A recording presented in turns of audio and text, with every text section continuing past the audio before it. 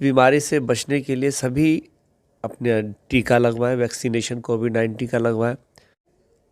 सभी धर्मों के लोग मिल के रहते हैं और हम अगर हर धर्म की बात करें तो हर धर्म के अंदर कहीं ना कहीं कुछ ना कुछ पिछड़ापन है। हमारे सर्वे होते हैं, उस सर्वे में देखा गया है कि जो मुसलमान है वो हिंदुस्तान में मुख्य धारा से कट गया है।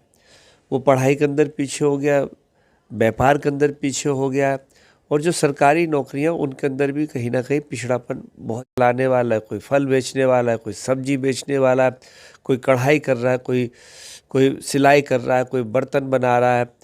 10वीं के बाद में कौन से कोर्सेज आपको लेने चाहिए जिससे आपको रोज़गार मिले, चाहे वो सिखों तक भी पहुँचे, वो पारसी तक भी पहुँचे, वो जैन तक भी पहुँचे, बुद्धिस्ट तक पहुँचे और क्रिश्चियंस तक पहुँचे। मेरा चेयरमैन बनने का मकसद ये नहीं कि मैं चेयर पे बैठ के यहाँ काम करूँ, पार्टी के लिए वोट मांगे, ये सब सियासत में आता है। मगर कमीशन का काम यह नहीं है कि वो किसी के लिए वोट मांगे जाए। आपने 2 करोड़ रुपए हमारी योजनाओं के लिए सैंक्शन किया। मैं धन्यवाद करना चाहता हूँ माननीय मुख्यमंत्री श्री अरविंद केजरीवाल जी का। अगर वंदे मातरम का नारा था तो साथ में इंकलाब जिंदाबाद का भी नारा था। अगर महात्मा गांधी थे तो मौलाना अबुल कलाम आज़ाद भी। और जो अत्याचारी हैं उनका अंत होना चाहिए। किसी मज़हब को गाली देने की कोई गुंजाइश नहीं है। वो मज़हब ही नहीं है कि जो दूसरे मज़हब को बुरा कहे। नाज़रीन आदाब, आप देख रहे हैं एक शाम टीवी और मैं अब्दुल वाजिद चिश्ती निज़ामी। सबसे पहले तो तमाम जो नाज़रीन हैं उनको नए साल की बहुत मुबारकबाद। और जो हमारे साथ नए लोग जुड़े हैं, जो हमारे चैनल से जुड़े हुए हैं, उन सभी को और पूरे देशवासियों को जो हमें देख रहे हैं उन सभी को नव वर्ष की हार्दिक शुभकामनाएं एक शाम टीवी की पूरी टीम की तरफ से। कुछ सवाल लोगों ने किए, मुझे फ़ोन कर के भी पूछा कि आजकल आप सिर्फ दिल्ली अल्पसंख्यक आयोग की ही खबरें जो है चला रहे हैं, इसके अलावा हमें कोई और ख़बर देखने के लिए नहीं मिल रही है। तो मैं आपको ये बता दूं, हमारा जो मकसद है एक शाम टीवी का है कि अक़लियती तबके के जो लोग हैं, मुस्लिम माशरे के हों या दीगर जो मज़ाहिब के लोग हैं, उनको मिलने वाली सहूलियत या वो किन हालातों में यहाँ पर रह रहे हैं, उनको क्या परेशानियाँ हैं, उनको उजागर करना और वो सामने लाना। और दूसरी बात ये कि वो ख़बरें जो दूसरी जगहों पर, दूसरे प्लेटफॉर्म पर आपको देखने के लिए नहीं मिलती, तो हमारा मकसद यही है कि उन ख़बरों को, उन लोगों की ज़रूरत को आप तक पहुंचाया जा सके। इन्हीं सारे मुद्दों पर बात करने के लिए मेरे साथ दिल्ली अल्पसंख्यक आयोग के चेयरमैन ज़ाकिर खान साहब मौजूद हैं। उन्हीं से मैं आज ये सारी बात करूंगा और क्या मकसद है उनका, और जिस तरीके से आप भी देख रहे होंगे और हम भी पिछले करीब 1 महीने से उनकी इस मुहिम को कवर कर रहे हैं लगातार, क्या मकसद है और कितनी ज़रूरत बन जाती है इस चीज़ की। तो ज़ाकिर साहब, सबसे पहले तो नया साल बहुत बहुत मुबारक आपको और दिल्ली अल्पसंख्यक आयोग की पूरी टीम को हमारी तरफ से और आपकी पूरी टीम को। और आपने सुना ये सारे सवाल, और क्या मकसद है आपका, क्या करना चाहते हैं आप कमीशन में नए तरीके से, इन सारी चीज़ों को जो है आप बताइए। मैं एक शाम टीवी को देखने वालों, सुनने वालों को, सभी को नए साल की दिल की गहराइयों के साथ बहुत बहुत मुबारकबाद।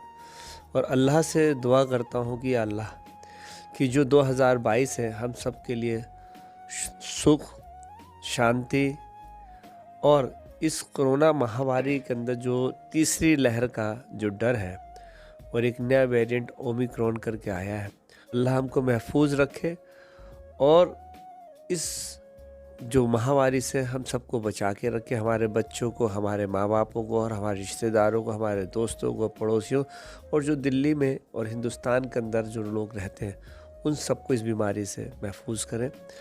और मैं गुजारिश भी करना चाहूँगा कि इस बीमारी से बचने के लिए सभी अपने टीका लगवाएं, वैक्सीनेशन कोविड-19 का लगवाएं और इसके अलावा जो 2 गज़ की दूरी है उसको बना के रखें, मास्क पहने, हैंड सैनिटाइज करें और बेवजह जो बाज़ार है, भीड़ भाड़ इलाके, वहाँ जाने से बचें।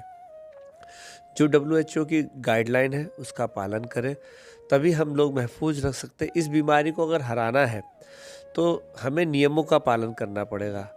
तो मेरी सभी देशवासियों से, दिल्ली वासियों से गुजारिश है जो इस चैनल को, टीवी को देख रहे हैं, कि हम सब इस कोरोना की जंग को जीत चुके हैं, मगर आने वाली जो बीमारी की जो दस्तक है उसको हराने के लिए हम सब सक्षम हैं। जिस तरीके से पहले हमने संयम के साथ में इस बीमारी को हराया, उसी संयम और उसी बर्ताव के साथ में हम सब लोग रहें, ताकि हम सब महफूज रहें। जिस तरीके से लगातार प्रोग्राम किए गए मुस्लिम अक्सरियत इलाकों में जा कर के लोगों को बेदार करने की आप कोशिश कर रहे हैं, ग्राउंड ज़ीरो से डोर टू डोर जा कर के आप लोगों को समझा रहे हैं, इसके पीछे क्या वजह मानते हैं आप और क्या मकसद है इसका? देखिए, इस हिंदुस्तान में सभी धर्मों के लोग मिल के रहते हैं, और हम अगर हर धर्म की बात करें तो हर धर्म के अंदर कहीं ना कहीं कुछ ना कुछ पिछड़ापन है। चाहे वो हिंदू भाई हो हमारे, चाहे वो मुस्लिम हो, चाहे सिख हो, चाहे बुद्धिस्ट हो, चाहे जैन हो, चाहे पारसी हो, सब के अंदर कुछ ना कुछ पिछड़ापन जरूर है। मगर हम जब पूरे समाज की बात करते हैं, उन समाजों में जब हम धर्मों की बात करते हैं, नौकरियों की बात करते हैं, और जब हम पूरे हिंदुस्तान की जो नौकरियों का जो सिस्टम है, जहाँ पे आईएएस भी है, आईपीएस भी है, चपरासी भी है, पियोन भी है, माली भी है, ड्राइवर भी है, बिल्डिंग में और तमाम लोग वह काम करने वाले जो सरकारी महकमे होते हैं, उन सब का जब हम आकलन करते हैं, उस आकलन के अंदर जब हम देखते हैं जो हिंदुस्तान के अंदर तकरीबन 25 करोड़ के करीब मुसलमान हैं, तो उस हिसाब से उनकी रेशियो जो है वो 14 या 15-16% बनती है। तो 15-16% के लोगों के अंदर जब हम उनकी बारीकी से नज़र डालते हैं, जो आंकड़े आते हैं, जो हमारे सर्वे होते हैं, उस सर्वे में देखा गया है कि जो मुसलमान है वो हिंदुस्तान में मुख्य धारा से कट गया है। वो पढ़ाई के अंदर पीछे हो गया, व्यापार के अंदर पीछे हो गया, और जो सरकारी नौकरियां उनके अंदर भी कहीं ना कहीं पिछड़ापन बहुत ज़्यादा आ गया। तो जो आकलन और जो आंकड़े कहते हैं 0.5% के करीब जो है हमारा रेशियो है, जहाँ 15% की आबादी हो 0.5, ये बहुत कम है। तो इस बहुत कम की जो वजह है वो उसको तलाशनी पड़ेगी, और जब वो वजह सामने आती वो है ये कि मुसलमानों के अंदर जो सबसे ज़्यादा झुकाव है वो मजदूरी के अंदर है। तो अगर हम देखेंगे, कोई रिक्शा चला रहा है, कोई ठेला चलाने वाला है, कोई फल बेचने वाला है, कोई सब्जी बेचने वाला है, कोई कढ़ाई कर रहा है, कोई सिलाई कर रहा है, कोई बर्तन बना रहा है, यूँ सोचिए जो कोई अगर हम रोड के किनारे देखेंगे, पंचर जोड़ने वाले की दुकान हो, डेंटिंग पेंटिंग की दुकान हो, मैकेनिक की दुकान हो, या इस तरीके के जो मजदूरी किस्म के काम है, वो मुस्लिम ज़्यादातर हाथ के कारीगर बने हुए हैं। मगर हाथ के जो कारीगर, जो मज़दूर होते हैं, उसकी इनकम जो है 500 रुपये, 600 रुपये या 800 रुपये, इससे ज़्यादा नहीं होती। तो आज इस महंगाई दौर के अंदर, और ये ज़रूरी नहीं है कि जो दिहाड़ी मज़दूर उनको रोज़ काम मिले। जैसे कि अब कोरोना के अंदर अगर ये चीज़ें बंद होंगी तो दिहाड़ी मज़दूरों की मज़दूरी बंद हो गई, तो वो कहाँ जाएंगे? तो उनको मुख्य धारा में जोड़ने के लिए सरकार भी उपाय करती है कि भाई ये जो पिछड़ापन है इनको कैसे दूर किया जाए। तो दिल्ली सरकार भी बहुत सारी योजनाएं लेके आती, केंद्र सरकार भी बहुत सारी योजनाएं, उन योजनाओं का लाभ, उन योजनाओं का फ़ायदा जन जन तक कैसे पहुँचे, जनता तक कैसे पहुँचे। तो इसी की कोशिश में हम डोर टू डोर कैंपेन करते हैं, घर घर जाके लोगों को बताते हैं कि भैया 50,000 रुपये तक का आपको लोन मिल रहा है, बहुत आसानी से मिल सकता है, किसी सरकारी गारंटी की ज़रूरत नहीं है, तो आप ये लें। वो हमसे सवाल करते हैं कैसे मिलेगा, तो हम उन्हें फॉर्म देते हैं और जो फॉर्मेलिटीज़ है वो सारी बताते हैं। और हम ये भी मालूम करते हैं अगर आपका बच्चा प्राइवेट स्कूल में पढ़ता, 3 लाख रुपए तक की अगर इनकम है, तो सरकार आपको पूरे के पूरे पैसे वापस करती है, अधिकतम 48,000 रुपये तक ट्यूशन फीस वापस करती है साल की। तो आप इसका फ़ायदा उठाएं। तो ये सारी चीज़ें जो हम बताते हैं कि बच्चों को, फिर हम ये भी जो स्कूल में बच्चे पढ़ते हैं उनको भी हम इस तरीके से कोशिश करते हैं बताने की भाई 12th के बाद आपने, 12वीं के बाद में आपने कौन से कोर्सेज़ करने जिससे आपको रोज़गार मिले, 10वीं के बाद में कौन से कोर्सेज़ आपको लेने चाहिए जिससे आपको रोज़गार मिले। हम ये भी बताते हैं कि आप कंप्यूटर सीखें और आपकी स्पीड 25 से 30% होगी तो आपको डाटा ऑपरेटर के अंदर बहुत सारी नौकरियां मिल जाती हैं।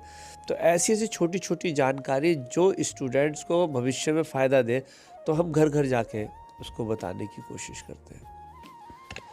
ज़मीनी स्तर पर ये शायद जब से कमीशन बना है, लोगों का ऐसा कहना है कि ये पहला ऐसा हम चेयरमैन देख रहे हैं किसी आयोग का जो खुद ज़मीन पर उतर करके लोगों में बेदारी लाने का काम कर रहा है। अगर मैं सिर्फ बात करूं, अक़लियत की बात करूं, मुस्लिम माशरे की, तो क्या वजह मानते हैं आप कि वो अगर सरकार से मिलने वाली जो सहूलतें होती हैं वो मिलती तो हैं लेकिन उन तक नहीं पहुंचती?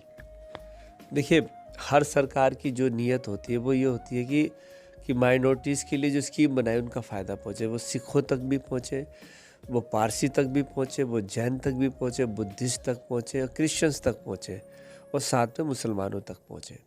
तो इसके लिए मैं कमीशन का चेयरमैन हूँ। मेरा चेयरमैन बनने का मकसद ये नहीं कि मैं चेयर पे बैठ के यहाँ काम करूँ। चेयरमैन वह असली हो सकता है, या यूँ कहिए कि चेयरमैन की जो ज़िम्मेदारी वही है कि ऑफ़िस के काम के साथ-साथ जनता के बीच में भी जाए। जो जनता आपसे मिलने आती है, उस जनता से आप मिलें और मिलने के बाद में उनसे बात करें और बात करने के बाद कहो कि भैया हम आपके यहाँ आना चाहते हैं, आपके घर आएँगे और हमें आप टाइम दीजिए। तो वो जो मिलने वाले व्यक्ति हैं, जो हमारे एडवाइज़र कमेटी के व्यक्ति हैं, फिर वो कहते हैं कि आप आइए। जब हम किसी के घर जाएँगे तो 20, 50, 100 लोग वहाँ आराम से इकट्ठे हो जाते हैं। फिर हम उनको बताते हैं कि ये स्कीम्स हैं और ये फ़ायदे हैं। हम अपने साथ में जो कमीशन ने पर्चे छपवाए, जो सरकार की योजना के, वो पर्चे वहाँ पे बाँटते हैं। फिर वो हमसे सवाल करते हैं कि भैया आपने पर्चे तो बाँट दिए, इसके अंदर लोन का भी ज़िक्र है, इसके अंदर शिक्षा के लोन का भी ज़िक्र है, इसके अंदर आपका फ़ीस वापसी का भी ज़िक्र है। अब हम ये सुविधा लेना चाहते हैं, आप हमें कैसे दें? तो फिर हम वहाँ पे एक कैंप आयोजन करते हैं, वहाँ पे हम कैंप लगाते हैं। उस कैंप के अंदर हमारे आदमी बैठते हैं और वहाँ पे वो हर तरीके की जो सुविधा वाले फॉर्म है वहाँ रखे होते हैं। जो फॉर्मेलिटीज़ हमें करनी होती है वो हम उनसे ले लेते हैं। उसके बाद में वो सारे के सारे फॉर्म हम अपने ऑफ़िस में लेके आते हैं और यहीं से हम ऑनलाइन उनको भरवा के और जो व्यक्ति ने हमें फॉर्म दिया उन तक उनकी रसीद पहुंचा देते हैं और कमीशन लिस्ट बना के संबंधित अधिकारियों से संपर्क करता है कि भाई इन लोगों ने ये फॉर्म भरे थे, ये नंबर है, इनके अंदर फ़ंड रिलीज़ होने में देरी के कारण क्या। वो को बताते हैं कि स्कूल की क्लैरिफिकेशन नहीं हुई है, फिर वो बताते हैं कि भैया इसके अंदर ये फॉर्मेलिटीज़ होनी है। तो वो जो दिक्कतें आती हैं उसको हम जल्द दूर कराते हैं और उसको उन लोगों तक फ़ायदा पहुँचाते हैं। इसमें एक सवाल और ये है ज़ाकिर साहब कि आप जिस तरीके से मेहनत कर रहे हैं वो किसी से छुपी नहीं है, वो दिख भी रही है। लेकिन जब एक इंसान ज़मीन पर उतर के काम करता है तो उसके मुखालिफ जो है वो भी ज़ाहिर सी बातें होते हैं, और आप तो ख़ुद सियासत से आते हैं, तो आपके इस काम को जो है लोग सियासत की नज़र से देख रहे हैं, इसको किस तरीके से आप देख रहे हैं? देखिए, सियासत वह है जिसमें आदमी चुनाव लड़ने, वोट मांगने जाए, पार्टी के लिए वोट मांगे, ये सब सियासत में आता है। मगर कमीशन का काम यह नहीं है कि वो किसी के लिए वोट मांगे जाके, मगर कमीशन का काम है जो सरकारें काम कर रही हैं और जो सरकार जनता के लिए काम कर रही है उन कामों का बखान करना, उन कामों के बारे में जानकारी देना, ये कमीशन का काम है। उदाहरण के तौर पे माननीय मुख्यमंत्री श्री अरविंद केजरीवाल द्वारा जो सरकारी योजनाएं वो जनता के हित में चलाई जा रही हैं, तो ये कमीशन का कर्तव्य है कि उन योजनाओं के बारे में जनता को बताएं। अब जब हमने योजनाएं बनाई कि डोर टू डोर हमने जाना है, तो उसके लिए भी हमें पैसा चाहिए। एनजीओज़ के लिए हमें स्किल डेवलपमेंट के सेंटर खोलने हैं, उसके लिए भी पैसा चाहिए। और बहुत सारी ऐसी योजनाएं हैं जो कि ज़मीनी स्तर पे जाने के लिए पैसे की ज़रूरत होती है। वो पैसा देगा कौन? वो सरकार देगी। तो माननीय मुख्यमंत्री श्री अरविंद केजरीवाल जी से हमने बात की और अपनी योजनाओं का जो हमने खाका उनके सामने रखा, तो हमें 2 करोड़ रुपए की फ़ंड की ज़रूरत पड़ी। 3 करोड़ 90 लाख रुपए है हमारा। उसके बाद में हमने कहा कि ये योजनाओं को अमल में लाना है। तो उसके बाद में माननीय मुख्यमंत्री श्री अरविंद केजरीवाल जी ने हमसे कहा कि योजनाओं का लाभ किनको मिलेगा। हमने कहा माइनॉरिटीज़ के लोग को। तो आपने कहा कि इस माइनॉरिटीज़ के अंदर मुस्लिम, सिख, ईसाई, बुद्धिस्ट, जैन और पारसी आते हैं और मैं नहीं चाहता कि पैसे की कमी के वजह से इन लोगों के बच्चों के भविष्य के साथ कोई खिलवाड़ हो। मैं कतई बर्दाश्त नहीं करता। और आपने 2 करोड़ रुपए हमारी योजनाओं के लिए सैंक्शन किया। मैं धन्यवाद करना चाहता हूं माननीय मुख्यमंत्री श्री अरविंद केजरीवाल जी का कि एक मुलाकात में 15 मिनट की बात को उन्होंने सुना और 15 मिनट के अंदर 21 वर्षों के अंदर कभी हमारा फंड नहीं मिला, वो 15 मिनट के अंदर अंदर आपने फाइनल करा और उसकी मंजूरी दिलवाई। बहुत बहुत धन्यवाद करना चाहूँगा मैं। आपकी इस कोशिश को तो है सभी लोग सराह भी रहे हैं, जिन लोगों को पता चल रहा है या जो कमीशन के बारे में जानते हैं। लेकिन कमीशन का एक काम और भी है, जो मुसलमानों के साथ जुल्म ज़्यादतियाँ हो रही हैं, जगह जगह पर जो है ऐसी खबरें मिलती हैं। और अभी पिछले कुछ सालों की बात करी जाए तो माहौल जिस तरीके से मुसलमानों के साथ रहा, इसको लेकर के आप क्या काम कर रहे हैं, या आपने इसमें अभी तक क्या काम किया है, क्या शिकायतें आप तक पहुंची हैं? क्योंकि लोग उन चीज़ों को भी जानना चाहते हैं आपसे। देखिए, इस हिंदुस्तान में सभी धर्मों के लोग रहते हैं और सभी धर्मों ने इस देश की आज़ादी के अंदर हिस्सा लिया था। और उस हिस्सेदारी के अंदर किसी ने धर्म को नहीं देखा था, किसी ने मज़हब को नहीं देखा था, किसी ने किसी को कुछ नहीं देखा था। एक ही मकसद था कि इस हिंदुस्तान को जालिम अंग्रेज़ी हुकूमत से कैसे आज़ादी दिलाई जाए। उस आज़ादी के दीवानों ने इस हिंदुस्तान को आज़ाद कराया। अगर वंदे मातरम का नारा था तो साथ में इंकलाब जिंदाबाद का भी नारा था। अगर शहीद भगत सिंह थे तो साथ में अशफाक उल्लाह खां भी थे। अगर महात्मा गांधी थे तो मौलाना अबुल कलाम आज़ाद भी थे। तो ये सब एक गंगा जमनी तहजीब की विरासत थी जिससे ये हिंदुस्तान आज़ाद हुआ। इस हिंदुस्तान के आज़ाद होने के बाद में हिंदुस्तान आगे बढ़ता चला गया और कभी ये महसूस नहीं हुआ कि इस हिंदुस्तान के अंदर किसी तरीके से कुछ नफ़रत है। मगर कुछ चीज़ें ऐसी हैं कि जैसा कि आपने सियासत का जिक्र किया, हो सकता है कि कुछ सियासी पार्टियां अपने फ़ायदे के लिए आपस में लड़ाई लड़ाएं। मगर एक चीज़ हमें गौर व फिक्र करने की बात है कि इस हिंदुस्तान के अंदर, इस 130 करोड़ लोगों के अंदर 25 करोड़ मुसलमान हैं, 105 करोड़ हमारे हिंदू भाई हैं और दूसरे धर्म के लोग हैं। तो इसका मतलब है कि अगर हिंदुस्तान के अंदर 130 में से 105 करोड़ हिंदू भाई हैं, अगर नफ़रत का माहौल होता तो यहाँ पे 25 करोड़ लोग आसानी से रह नहीं सकते। ये तकलीफ़ कहीं नहीं होती। कुछ गिने चुने चंद लोगों के बीच में इस तरीके से नफ़रत की दीवार या नफ़रत का माहौल बनाया जाता है, उसमें ना हमारे मुसलमान भाई समझ पाते हैं, ना हिंदू भाई समझ पाते हैं कि ये नफ़रत की आग किधर से जली। और जब वो नफ़रत की आग जो बनती है उसमें दोनों तरफ के घर जलते हैं और दोनों तरफ के नुकसान होते हैं। और जब वो लहर चली जाती है तो तब हम आकलन करते हैं और तब मालूम करते हैं एक दूसरे से, क्योंकि मारने वाले तो चले जाते हैं, उसके निशान पीछे छूट जाते हैं। जब एक दूसरे के आंसू पोंछते हैं तो एक दूसरे से बात होती है। तो हिंदू भाई ये कहते हैं कि मुझे तो मुसलमानों ने बचाया, और मुसलमान कहते हैं कि हमें हिंदुओं ने बचाया। जब दोनों ही एक दूसरे को बचाने वाला बता रहे तो ऐसे कौन से लोग आए जो ये आग को फैला के चले गए और मार काट करके चले? वो भारी लोग थे। तो उसके बाद में हम लोगों का कमीशन का काम है, सद्भावना समिति के माध्यम से हम सदस्य बनाते हैं। उस समिति का मकसद सिर्फ इतना है कि जहाँ पे भी कुछ तनाव होता है तो हमारे वहाँ पे मेंबर्स जाते हैं और दोनों समुदाय को समझाने की कोशिश करते हैं और कहते हैं कि या तुमने बोला, वो कहते हैं हमने नहीं कहा, वो कहते हैं तुमने बोला हमने नहीं कहा। इसका मतलब कोई ना कोई ऐसा फ़िरका परस्त लोग आए हैं जो हम लोगों को साथ उठना बैठना पसंद नहीं करते। तो ऐसे लोगों को हमें सबक सिखाना चाहिए और वो समझते हैं, फिर वैसी माहौल बन जाता है। मगर कुछ चीज़ें ऐसी होती है कि चिंगारी तो जलती है, उसकी आग का धुआं भी उठता है, मगर जब हम बुझाने की कोशिश नहीं करते तो वो आग जलती है और उस आग के अंदर चारों तरफ नुकसान होता है। मेरा सभी लोगों से निवेदन है और सभी धर्म के लोगों से निवेदन है कि भाई ये हिंदुस्तान एक गुलदस्ता है। इस गुलदस्ते के अंदर तरह तरह के फूल हैं, तो इस फूलों को मुरझाने ना दें। हर फूल का अपना महत्व है, हर गुलदस्ते का अपना एक महत्व होता है। उस गुलदस्ते को संभाल के रखें, इस गुलदस्ते की शान को मिटने ना दें। गंगा जमनी तहजीब है, उसको हम मिटने ना दें।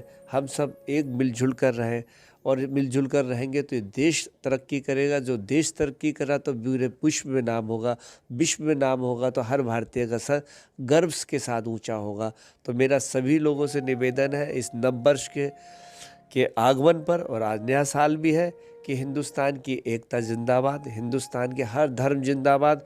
हम सब मिलजुल कर रहे हैं, यही हमारी हिंदुस्तान की पहचान है। पूरे विश्व में अनेकता में एकता, इसको कायम रखें, यही मेरी ईश्वर से भी प्रार्थना है और सभी देशवासियों से मेरा निवेदन भी है।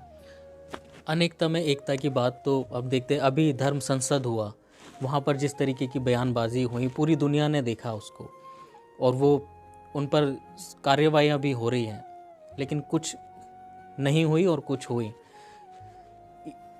बताया ये जाता है कि जो अल्पसंख्यक समाज के लोग हैं और एक बहुसंख्यक समाज के लोग हैं, उनसे उनको ख़तरा है। अल्पसंख्यक समाज के लोगों से बहुसंख्यक समाज के लोगों को ख़तरा किस तरीके से हो सकता है, और इन लोगों को जो इनका जो पर्दा है, ये पर्दाफाश किस तरीके से किया जा सकता है, अगर मैं आपसे जानना चाहूँ। देखिए, मैं तो बड़ा एक बात सीधी सादी सी जानता हूँ कि मज़हब नहीं सिखाता आपस में बैर रखना, हिंदी है हम, वतन हिंदुस्तान हमारा। तो मज़हब कोई भी हो, किसी भी धर्म के अंदर कोई नहीं कहता कि आपस में मार काट करो। अगर हम श्री रामचंद्र जी की बात करें, भगवान रामचंद्र जी की, उनका उद्देश्य सिर्फ एक ही था, अन्याय के विरुद्ध न्याय की लड़ाई लड़नी। अगर हम भगवत गीता को पढ़ें, उसके अंदर भी न्याय और अन्याय की लड़ाई है। अगर हम महाभारत पढ़ें, कौरवों और पांडवों की लड़ाई है, तो न्याय की लड़ाई अन्याय के खिलाफ है। अगर हम महात्मा गौतम की बुद्ध की बात करें, उन्होंने भी संदेश दिया है कि न्याय के लिए अन्याय के खिलाफ लड़ाई लड़ें। अगर हम महावीर का संदेश देखें, तो उनका भी संदेश यही है कि अन्याय के खिलाफ न्याय की लड़ाई हो। अगर गुरु नानक को हम देखें, उनके भी सिद्धांत यही है कि अन्याय के खिलाफ न्याय की लड़ाई हो। हज़रत मोहम्मद सल्लल्लाहु अलैहि वसल्लम का भी यही पैगाम है कि अन्याय के खिलाफ न्याय की जीत होनी चाहिए। अगर हम जीसस की बात करें, ईसा मसीह की बात करें, उनका भी यही उद्देश्य है कि अन्याय के खिलाफ न्याय को हमेशा खड़ा होना चाहिए। जब पूरे विश्व के हर धर्म यही कह रहे हैं कि अन्याय के खिलाफ न्याय की जीत होनी चाहिए और जो अत्याचारी हैं उनका अंत होना चाहिए। अगर किसी धर्म संसद के अंदर ये बात कही जाए कि वहाँ पे अधर्म की बात हो, तो मैं समझता हूँ कि जो धर्म के संसद चलाने वाले व्यक्ति थे, उनको इस पे उन व्यक्तियों के ख़िलाफ़ आवाज़ उठाते कि भाई आप यहाँ पे कोई गुंजाइश नहीं है इस तरीके की बात करने की। और मैं धन्यवाद भी करना चाहूँगा कि सेना के तीनों अंगों ने माननीय मुख्य प्रधानमंत्री जी को एक चिट्ठी भी लिखी है और कहा है कि इस तरीके की नफ़रत की भाषा किसी जगह पे नहीं बोलनी चाहिए और उनके ख़िलाफ़ सख्त से सख्त कार्रवाई होनी चाहिए। तो ऐसे देश में हमारे देश के सेनापति और जो जनरल्स हैं, जो नहीं चाहते कि इस तरीके की जो आवाज़ उठे अधर्म की, धर्म के लिए, तो मैं सोचता हूँ कि हर व्यक्ति को भी ये आवाज़ उठानी चाहिए कि किसी मज़हब में किसी मज़हब को गाली देने की कोई गुंजाइश नहीं है। वो मज़हब ही नहीं है कि जो दूसरे मज़हब को बुरा कहे। तो हर मज़हब वही है कि जो दूसरे धर्म को ये कहे कि तुम आज़ादी के साथ जियो। और हम हिंदुस्तानी लोग हैं, हिंदुस्तान के लोग जो हैं वो कभी कट्टरवाद नहीं है। तो मैं कह रहा हूँ ना कि कुछ थोड़े बहुत लोग होते हैं जो कोशिश करते हैं अपनी, मगर उनकी कोशिश नाकामयाबी होती है। तो हमारे जैसे माननीय प्रधानमंत्री जी हैं, वो चाहते हैं कि इस देश के अंदर अमन और शांति रहे। तो हमारे जब माननीय प्रधानमंत्री जी का सपना यही है कि ये देश शांत रहे, सभी धर्म के लोग मिलजुल कर रहें, तो मैं समझता हूँ कि जो ऐसे लोग हैं कुछ इस तरीके की भाषा का उपयोग करते हैं, तो हमारे माननीय प्रधानमंत्री जी का अपमान कर रहे हैं। तो मैं कहूँगा कि हमारे प्रधानमंत्री जी का जो सपना है, जो देश में अनेकता में एकता को एक साथ लेने का उनका जो सपना है, तो ऐसी भाषा करके हमारे माननीय प्रधानमंत्री जी का मनोबल ना गिराएं और उनका साथ दें ताकि ये हिंदुस्तान मजबूत रहे। जिस तरीके से प्रधानमंत्री का जो है मनोबल गिराने की बात कही आपने, वाकई बहुत बड़ी बात है और एक ये संदेश भी है उन लोगों के लिए जो नाम लेकर के और बदनाम करने का काम करते हैं। आखिरी सवाल यही है जाकिर साहब, कमीशन के हवाले से, कि आप एडवाइज़र कमेटी में लोगों को जोड़ रहे हैं, एक बड़ी टीम तैयार कर रहे हैं आप, क्या क्या उनको जो है जिम्मेदारियां दी गई हैं आपकी तरफ से, और वो किस तरीके से उस पर खरा उतर रहे हैं, या आगे आप उनको और क्या जिम्मेदारियां देंगे, या इसमें से कुछ लोगों को छांटेंगे? क्योंकि जिस तरीके से ये भी कहा जा रहा है कि भाई एक भीड़ सी जो है जमा हो गई है कमीशन के जो एडवाइजरी कमेटी में मेंबर हैं, इसको किस तरीके से देख रहे हैं आप? आगे क्या इसमें होने वाला है? देखिए, हमारे यहाँ से कोई भीड़ जमा नहीं है। अगर हम हर दिल्ली में 70 विधानसभाओं में अगर हम उसको देखें बड़े नज़रिए के साथ में, तो एक विधानसभा से भी अगर हम 5-5 एडवाइजरी मेंबर के बनाए तो 350 लोग की ज़रूरत पड़ती है। उसके बाद में हम पीस कमेटी के भी मेंबर बनाए पूरी दिल्ली से, अगर 100 एक को तो 450 या 500 एडवाइजरी मेंबर हमारे बनते हैं।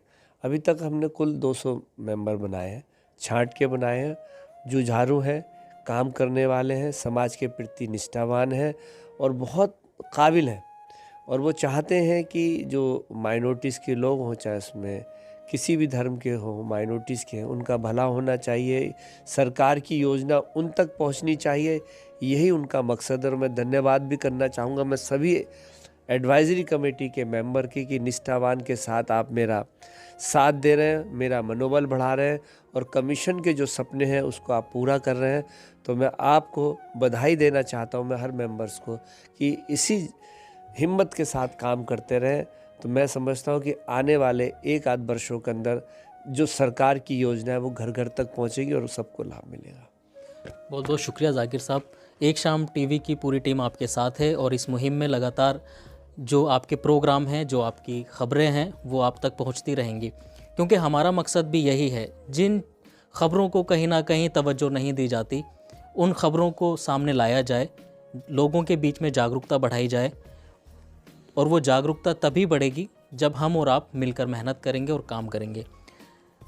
तो इसी उम्मीद के साथ कि आपको एक शाम टीवी के ज़रिए तमाम तरीके की ख़बरें लगातार मिलती रहेंगी, और हमारी उम्मीद भी है कि आप हमारा भी सपोर्ट करेंगे, क्योंकि हमारी मेहनत तभी कामयाब होगी जब आप इन चीज़ों को दूसरों तक पहुंचाएंगे और हमारी हर बात को बारीकी से देखेंगे, समझेंगे। और अगर हमारी कहीं कोई कमी आपको नज़र आती है या आप हमें कोई सुझाव देना चाहते हैं, तो आप हमें अपने कमेंट के ज़रिए भी वो सुझाव दे सकते हैं, और डायरेक्ट कॉल करके भी जो है आप हमें अपनी परेशानियां और सुझाव जो है इसके बारे में बता सकते हैं। दिल्ली से एक शाम टीवी के लिए मैं अब्दुल वाजिद चिश्ती निज़ामी।